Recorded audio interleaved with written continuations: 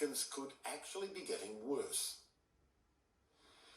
Trump glossed over the racial disparity in the jobs number, but make no mistake about it, economic disparities persist in this country between white and black Americans. This is something that Dr. Martin Luther King talked about extensively, and the problem has only gotten worse. Take, for example, the wealth gap in this country between non-Hispanic black households and the typical non-Hispanic white household. That divide is wider today than it was at the beginning of the century. And just to give you more context on that, the typical black household has only been able to accumulate a tenth of the wealth as the typical white household.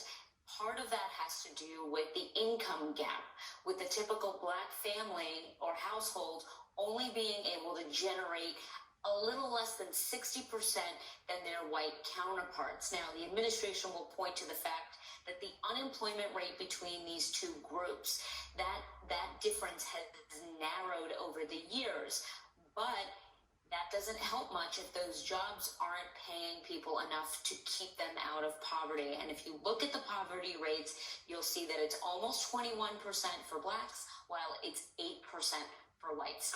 Another big issue right now in terms of economic disparities is the fact that black workers are also 60% less likely to have health insurance, according to the left-leaning Economic Policy Institute.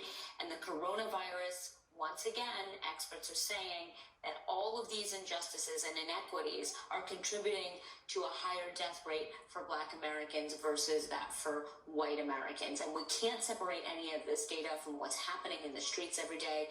Of course, the undercurrent